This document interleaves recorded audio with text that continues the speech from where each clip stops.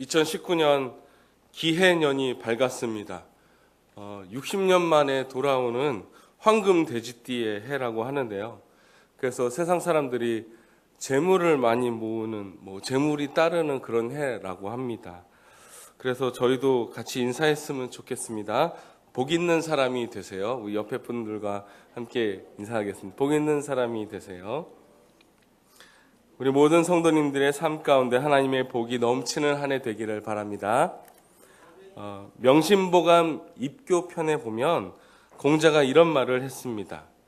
일생직에 제어유, 일년직에 제어춘, 일일직에 제어인. 다 아시지만 제가 굳이 설명을 해드리면 다 아시죠? 네. 일생의 계획은 어릴 때에 있고 1년의 계획은 봄에 있고 하루의 계획은 새벽에 있다라는 말입니다. 어제 제가 교보문고를 갔었는데요. 사람이 많더라고요. 그래도 제일 많은 곳이 어디였냐 보니까 다이어리를 사는, 일기장을 사는 곳에 사람이 제일 많았습니다.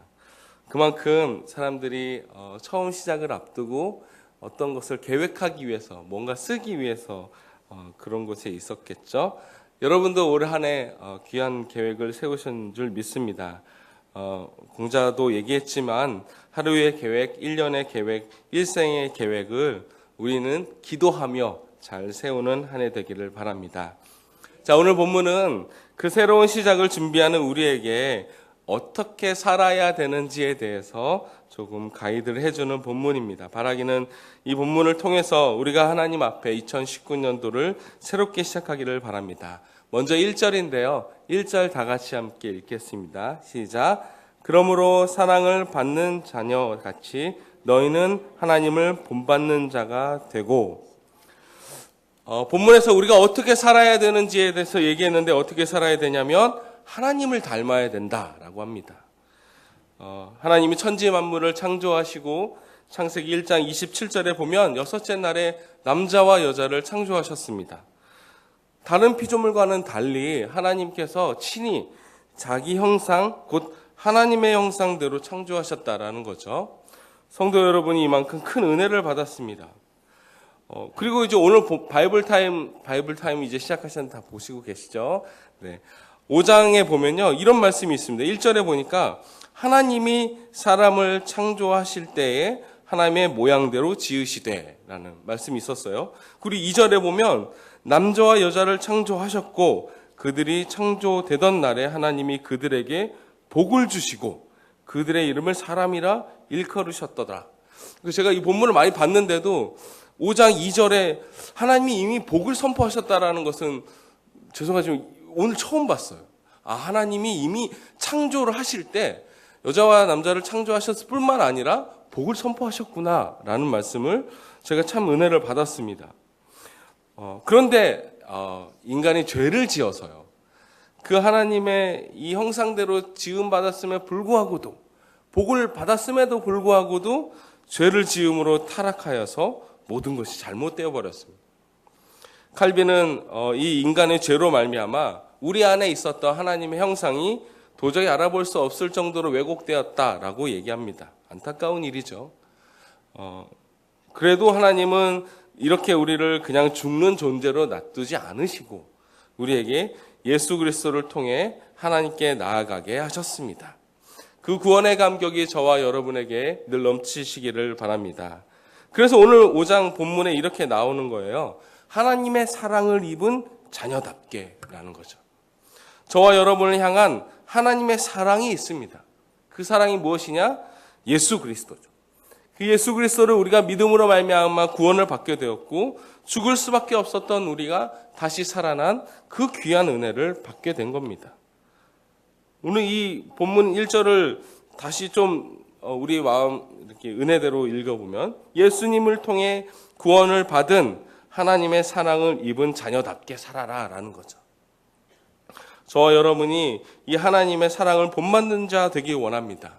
오늘 원문에 보면요, 여기 되고라는 단어가 권유가 아닙니다. 명령으로 나옵니다. 그러니까 하나님이 뭐도 되고 뭐 이렇게 해라라는 게 아니라요, 그렇게 되라라고 선포하신 거예요. 하나님의 자녀답게 살아라 라고 선포하시는 거죠. 저와 여러분에게 하나님을 본받는 자 되라 라고 강력하게 말하고 계십니다. 바라기는 저와 여러분이 그 하나님을 본받는 자 되기를 원합니다. 자, 2절은요. 그럼 하나님의 뭘 본받아야 되는지에 대해서 자세히 얘기합니다. 제가 읽겠습니다. 그리스도께서 너희를 사랑하신 것 같이 너희도 사랑 가운데서 행하라. 그는 우리를 위하여 자신을 버리사 향기로운 제물과 희생제물로 하나님께 드리셨느니라. 아멘. 자, 하나님의 본분 어떤 것을 본받으라 라고 나왔냐면 사랑을 본받으라는 거죠. 근데 이게 하나님이 그냥 사랑이 아니라 오늘 본문에서 얘기했듯이 우리를 사랑하셔서 자신을 버리기까지 하셨던 그 사랑을 말합니다. 독생자 예수 그리스도를 우리에게 주신 그 사랑이죠. 향기로운 제물로, 특히 희생 제물로 우리에게 주셨다라는 겁니다. 우리가 다 알듯이 이 부분은 예수 그리스도가 하나님이 우리에게 주신 희생의 사랑을 얘기합니다. 내 거 다 챙기고 내 가질 거 다 갖고 남는 거 사랑 주는 게 아니잖아요. 그거는 희생이 아니라 나눔이겠죠. 내가 갖고 있는 것 중에 자, 여러분 가지십시오. 이런 거겠죠. 하지만 하나님은 그렇게 우리를 사랑하신 것이 아닙니다. 자신을 내어버리기까지 사랑하셨다라는 거죠. 저와 여러분의 사랑을, 하나님의 그 사랑을 우리 마음 가운데 새기는 자 되기를 원합니다. 제가 신대원 입학 전에 잠시 회사 생활을 했습니다. 때로 업무의 스트레스가 강해서 원형 탈모도 걸린 적이 있습니다. 물론 지금은 다 나았습니다. 걱정하지 않으셔도 됩니다. 야근을 하고 막차를 타고 지하철을 가다 보면 지하철에 막차에 사람이 정말 많이 탑니다. 각자 이유가 다르겠지만 특히 이 야근 후에 퇴근은 정말 힘들었습니다. 업무적으로도 스트레스를 받는데요. 업무 외적으로도 받으면 더 힘들겠죠. 실은 기독교인이 그렇게 사회생활을 합니다.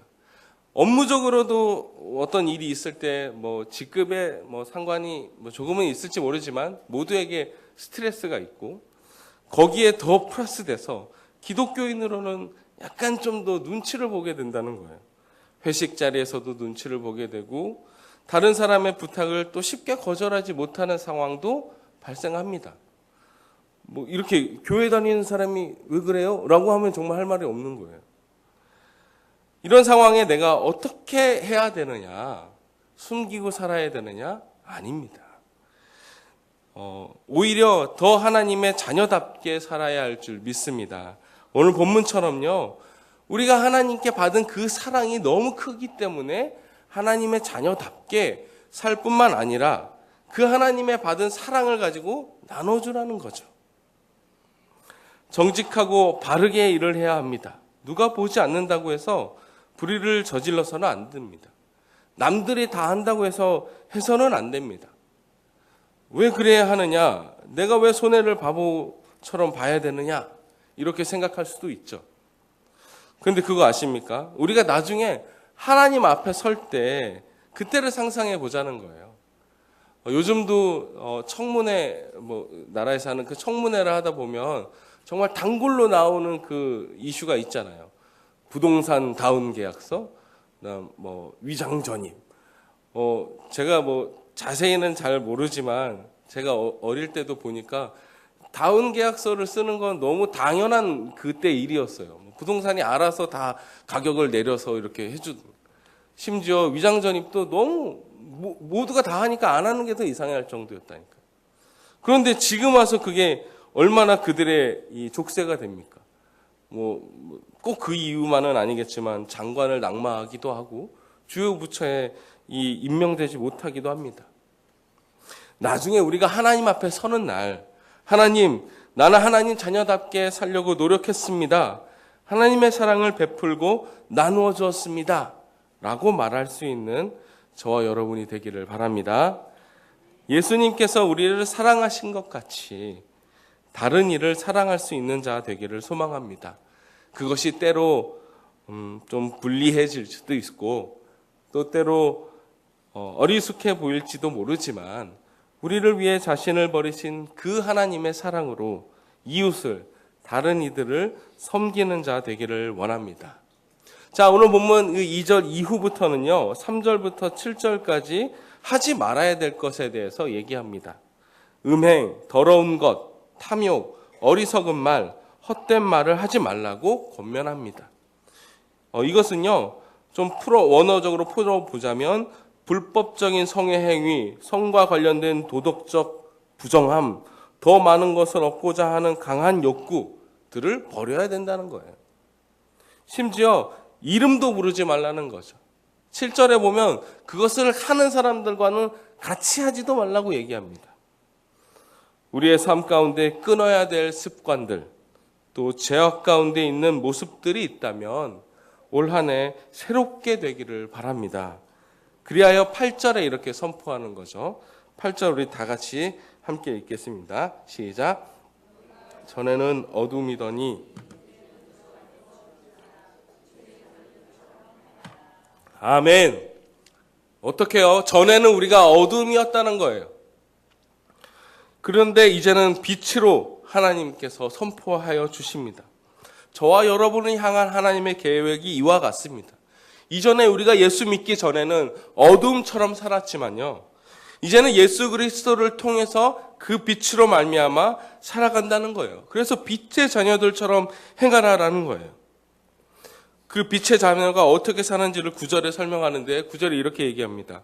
빛의 열매는 모든 착함과 의로움과 진실함에 있느니라. 아멘.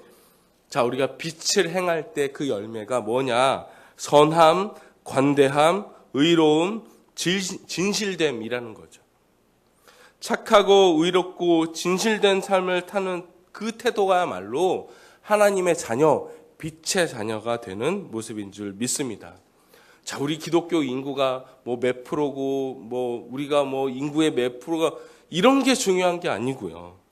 우리 한 사람 한 사람이 빛의 자녀된 모습을 가지고 살아야 돼야 할 줄 믿습니다. 앞선 절에서 얘기했지만 이 모습에는요, 우리의 희생이 따릅니다. 하나님도 예수 그리스도 독생자 예수를 이 땅에 보내셨던 그 희생처럼 우리도 때로는 불편할 일을 당할지도 모르지만 그 사랑 그대로 하나님 앞에 나아가기를 원합니다. 하나님의 자녀된 우리의 모습이 선함, 관대함, 의로움, 진실됨으로 살아가는 자 되기를 원합니다. 그래서요, 에베소서 4장에 우리가 잘 아는 말씀에 이렇게 선포한 거예요. 4장 22절부터 24절에 너희는 유혹의 욕심을 따라 썩어져가는 구습을 따르는 옛사람을 벗어버리고 오직 너희의 심령이 새롭게 되어 하나님을 따라 의와 진리의 거룩함으로 지으심을 받은 새 사람을 입으라. 그렇습니다. 우리가 옛 모습은요, 다 벗어버리고 다 묻어놓고 다 이제 지났으니까 2018년도로 다 보내버리고 이제는 우리가 심령으로 성령으로 하나님 안에서 새롭게 되어서 오늘 말씀처럼 새 사람을 입을 뿐만 아니라 빛의 자녀처럼 살기를 바랍니다.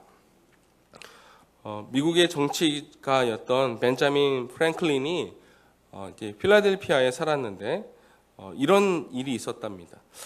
그는 아름다운 동네인데 실은 필라델피아는 미국에서는 되게 어려운 지역이기도 하거든요.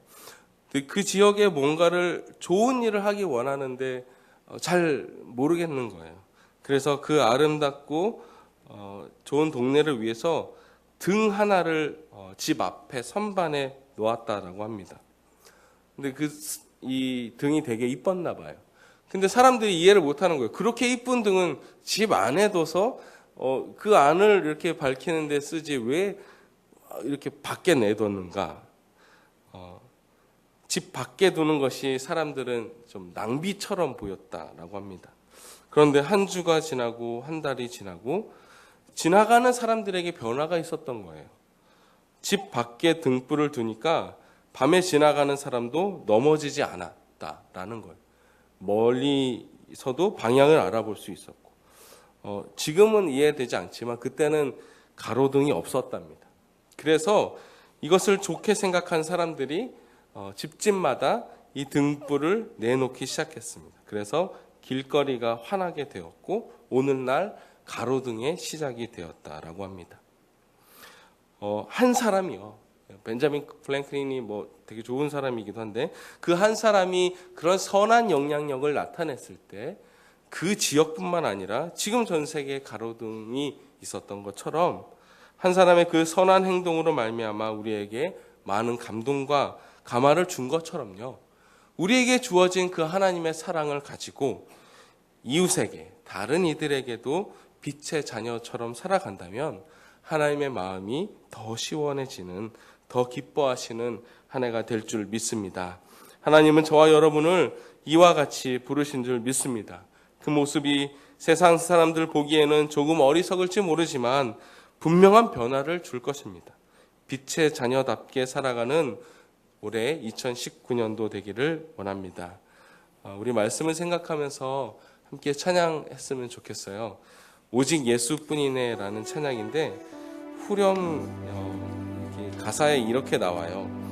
크신 계획 다 볼 수도 없고 작은 고난에 지쳐도 주께 묶인 나의 모든 삶 버티고 견디게 하시네. 올 한 해요. 이 하나님의 은혜를 가지고 살아가기를 원합니다. 오늘 에베소서 5장 말씀처럼 빛의 자녀답게 살아가려면 우리 안에 결단이 있어야 됩니다. 그냥 간다고 그냥 되는 일이 아니에요. 분명한 희생이 따를 거고 그 안에는 우리에게 좀 내려놓아야 될 부분도 있습니다. 오늘 말씀을 생각하며 우리가 그 은혜 아니면 살아갈 수 없음을 고백하는 자 되기를 원합니다.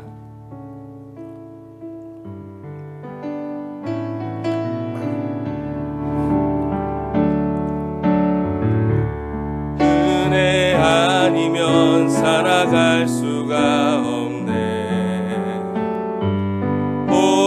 호흡마저도 다 주의 것이니 세상 평안과 위로 내게 없어도 예수 오직 예수뿐이네.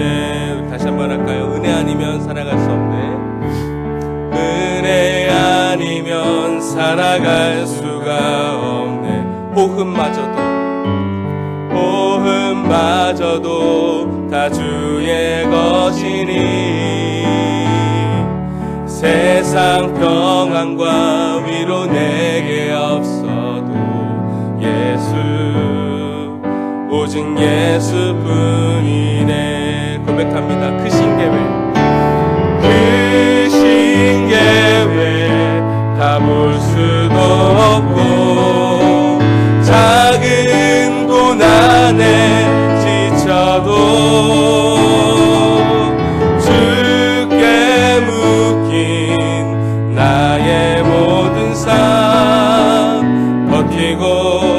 견디게 하시네. 크신 계획 다 볼 수도 없고 크신 계획 다 볼 수도 없고 작은 고난에 지쳐도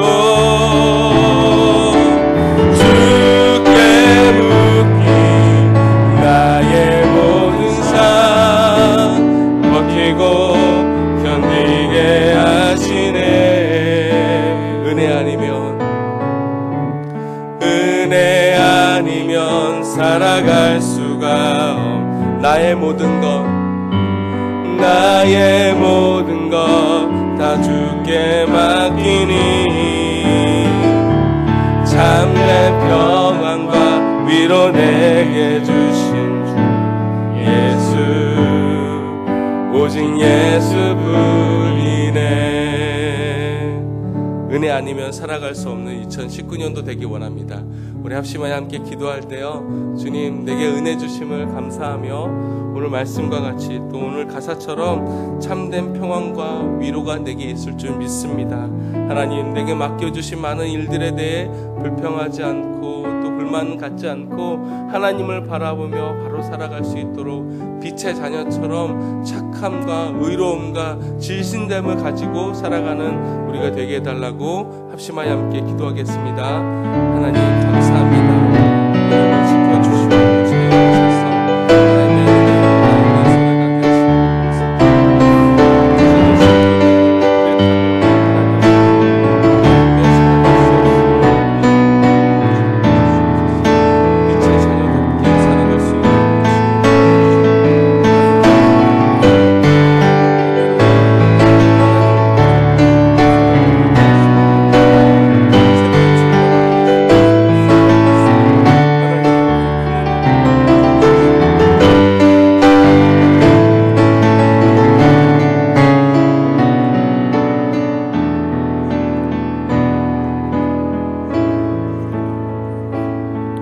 하나님 감사합니다. 2019년도 우리에게 빛의 자녀답게 살아갈 수 있도록 우리의 마음을 붙잡아 주시고 하나님만 바라보며 살아가는 저희 되게 하여 주옵소서. 빛의 자녀답게 하나님 의롭고 착하고 진실되게 살아갈 수 있도록 우리의 마음을 붙잡아 주시옵소서. 예수님 이름으로 기도드립니다. 아멘.